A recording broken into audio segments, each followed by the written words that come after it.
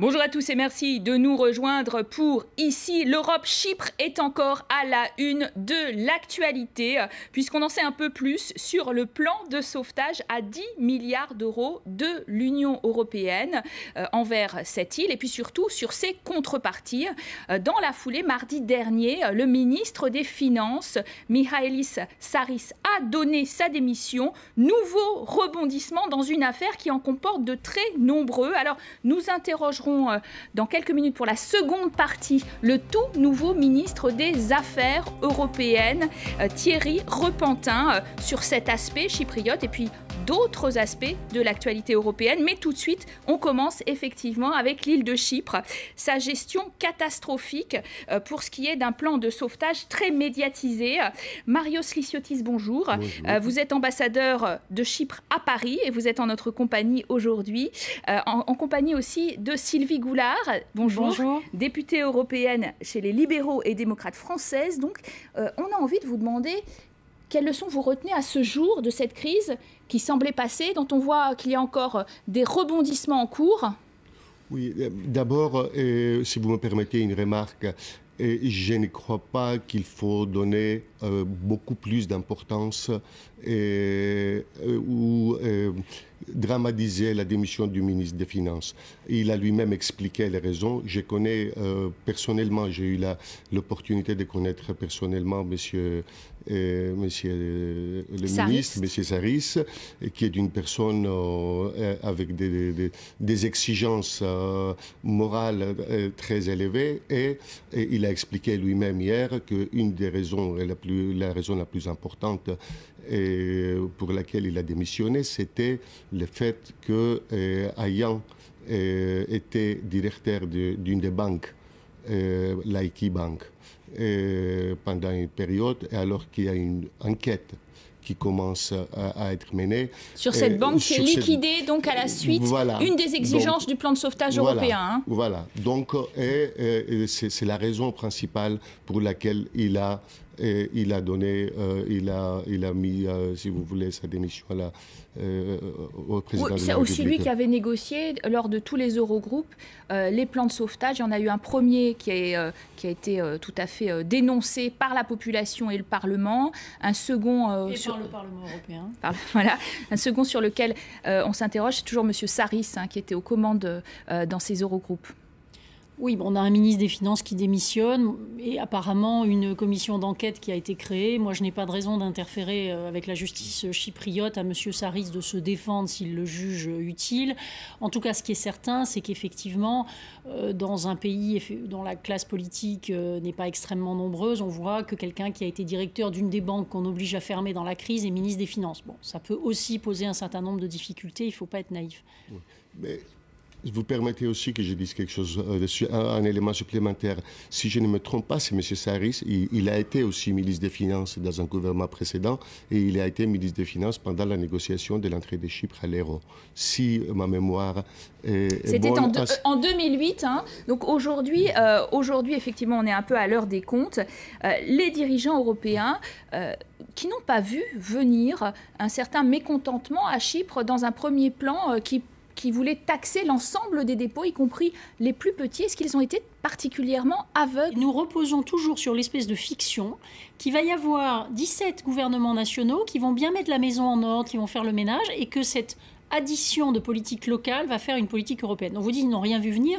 Ce qu'ils n'ont pas vu venir surtout, c'est pendant 20 ans, depuis qu'on a commencé à faire la monnaie unique, des problèmes gravissimes dans un certain nombre de pays. Je répète encore une fois. Vous parlez de Chypre en particulier, économique, casino, lessiveuse des avoirs russes, etc. On a laissé faire? Non, mais tout le système est en train de montrer ses limites. On ne peut pas continuer à dire ce sont les ministres des Finances qui se contrôlent mutuellement, qui font la surveillance de la discipline budgétaire, des réformes structurelles, et que dans le fond, on ait laissé passer un secteur bancaire hypertrophié à Chypre, peut-être des problèmes de blanchiment, j'en sais rien.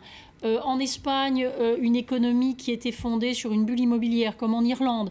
Ailleurs, des déficits publics excessifs, etc. Donc les ministres n'ont rien vu venir. Ils ont complètement failli depuis 20 ans dans la mission que leur confiait le traité de Maastricht et qui était une mission pour le compte de l'Union européenne. Après, effectivement, plus récemment, ils ont simplement, d'un certain point de vue, pas assez de contrôle. Non, mais encore une fois, ce qui est très important pour vos auditeurs, c'est qu'on accuse l'Europe, et le problème, c'est le manque d'Europe. Il n'y a pas, en ce moment, de structure exécutive européenne de nature à vérifier ce qui se passe dans les États de la zone euro. Effectivement, les ministres étaient prêts collectivement à violer l'une des règles qui a été fixée au début de la crise, qui était la garantie des dépôts de 100 000 euros. Je vous vois opiner de la tête, effectivement, monsieur l'ambassadeur. Mais d'une certaine manière, oui. Ça a été mal ficelé, vous dites. Je suis tout à fait d'accord avec madame la députée européenne. On a un problème de gouvernance de la zone euro. Et ces problèmes de gouvernance, comme on a aussi un manque, une grande panne de solidarité. Et ces problèmes de gouvernance a transformé un petit problème, parce que Chypre, c'était un petit problème initialement. Vous vous rappelez, ça a commencé avec la dette grecque. 5 milliards d'euros que Chypre devait débourser pour ça, ce qui représentait un tiers de son PIB, et le seul pays de l'Europe. Alors, le problème était là, on le savait. Et on le savait depuis longtemps. Les Chypriotes, ils ont aussi leur part de responsabilité dans tout ça. Mais on avait la Commission européenne, on faisait des rapports. Vous avez l'impression qu'on a voulu sanctionner Chypre et cette économie justement qu'on dit casino, etc. Oui, on parlera des casinos après. À la fin, on a dû trouver des alibis parce que on peut revenir là-dessus.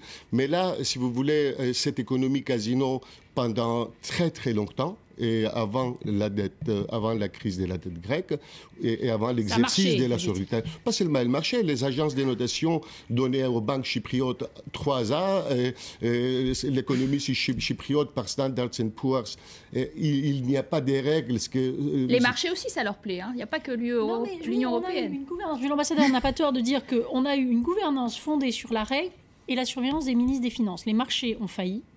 Les marchés n'ont pas respecté les différences de performance des pays, n'ont pas décelé des évolutions qui, je crois, sont quand même préoccupantes, c'est-à-dire qu'un pays ne peut pas fonder son économie à ce point sur la finance sans qu'à terme il y ait des difficultés.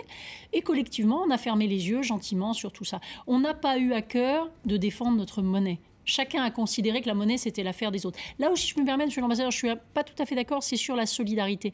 C'est très compliqué de dire ce qu'est la solidarité européenne. Là, il y a quand même une aide de 10 milliards pour un pays dont le PIB est de 17 milliards. Ce n'est pas totalement négligeable. Pour les pays qui la fournissent, c'est un effort qui est assez complexe, notamment dans un contexte aussi confus.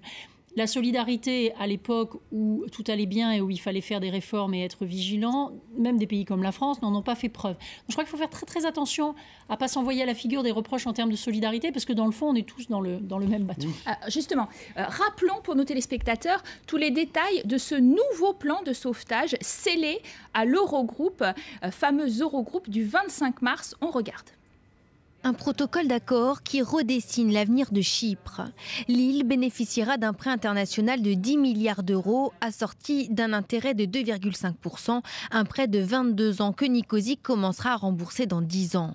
Certes, la Troïka, UE-BCE, FMI accorde 2 années supplémentaires à Chypre pour réduire son déficit. En contrepartie, c'est l'austérité, augmentation de l'impôt sur les sociétés, augmentation de la TVA, recul de l'âge de départ à la retraite, coupe dans le système de santé, gel du salaire des fonctionnaires. L'île échappe ainsi à la banqueroute et tente de redorer son blason. Une commission vient d'être nommée pour identifier les responsables de la crise. Parmi les rumeurs persistantes, des transferts d'argent effectués par des responsables politiques et notamment des proches du président chypriote. Ce qui nous arrive résulte sans aucun doute d'une conjonction de facteurs aussi bien internes qu'externes. Une série d'actes et de lacunes de la part de ceux chargés de la gestion de l'économie et du système bancaire. Mardi, le ministre des Finances chypriote démissionnait pour faciliter le travail de la commission d'enquête. Mais le calme n'est toujours pas revenu dans les rues de l'île. Après la fermeture de la deuxième banque du pays et la refonte totale du système bancaire, c'est désormais toute une économie qui doit se trouver un nouveau modèle. Alors, monsieur l'ambassadeur, si on entre dans les détails de ce plan, effectivement, Laiki Bank, donc mise en liquidation, et à côté de la première banque, Bank of Cyprus, aussi des inquiétudes, puisque apparemment, les dépositaires de plus de 100 000 euros pourraient enregistrer des pertes jusqu'à 60%, avec beaucoup d'inquiétudes, forcément. Oui, effectivement. Et vous savez, il y a aussi un autre aspect qu'il faut prendre en compte, c'est l'aspect confiance. Parce que ce qu'on a fait, et pour que Chypre, maintenant, s'est trouvé dans la situation d'un patient, d'un monsieur qui ne se sentait pas bien et qui est allé chez le médecin vendredi. Et le médecin, il lui dit, vous, monsieur, vous avez 20 kilos de plus. Vous revenez lundi avec ces 20 kilos de moins. C'est un petit peu ce qui s'est passé. Alors, vous avez un secteur bancaire très, très élevé. On n'est pas les seuls. Il n'y a pas des ratios, si vous voulez, des règles d'or du secteur bancaire par rapport au PIB. Il y en a d'autres pays en Europe. Mais voilà, on a pris... C'est la première fois qu'on taxait d'ailleurs à ce point les dépositaires dans les banques. C'est presque un laboratoire, Chypre, pour l'Union européenne. Il y a eu d'ailleurs discussion pour savoir si ça devait être la dernière fois, si c'était applicable à d'autres pays ou non. Non, je ne crois pas qu'il faille parler de laboratoire parce que l'hétérogénéité de la zone euro fait que chaque cas est très largement spécifique, qu'il serait complètement idiot d'affoler les gens en parlant dans l'abstrait, comme l'a fait d'ailleurs le président de l'Eurogroupe qui a perdu une bonne occasion de se taire. Monsieur Dijsselbloem, tout nouveau aussi, oui. Président de l'Eurogroupe d'origine néerlandaise. Pour revenir à ce qu'a dit monsieur l'ambassadeur, la vraie difficulté, il y a une chose qu'il faut dire aux téléspectateurs, c'est qu'on ne peut pas, dans des situations aussi graves, faire des bonnes politiques gentils, qui font de mal à personne. Là, le choix qui a été fait, d'ailleurs le gouvernement chypriote, je crois, a eu sa part dans les hésitations autour de est-ce qu'il faut taxer les petits, les gros, etc. Le problème, c'était quoi? C'est soit on taxe tout le monde, mais on viole les règles européennes qui protègent les dépôts en dessous de 100 000 euros, soit on fait peser l'essentiel de l'effort, comme vous l'avez indiqué, sur les gens qui ont des dépôts au-delà de 100 000 euros, ce qui commence à faire en général des personnes relativement aisées, mais avec une atteinte à la confiance. Un pays dont le secteur bancaire prélève de manière forcée 60% de ce que des gens ont mis dans la banque, il n'y aura pas beaucoup d'investisseurs pour aller remettre leur argent. Surtout pas de Russes, parce qu'on a beaucoup parlé de cette affaire des dépositaires russes, grosses fortunes, qui devaient être taxés majoritairement. Le gouvernement peut-être justement a hésité à les taxer eux pour les détourner. Est-ce que ce qui était en jeu, c'était les bonnes relations avec la Russie aussi? Non, je ne crois pas que... Si vous voulez, d'abord, sur 20 milliards de dépôts étrangers, les dépôts russes, ça constitue un tiers. Et dans ce tiers, un tiers de 20 milliards.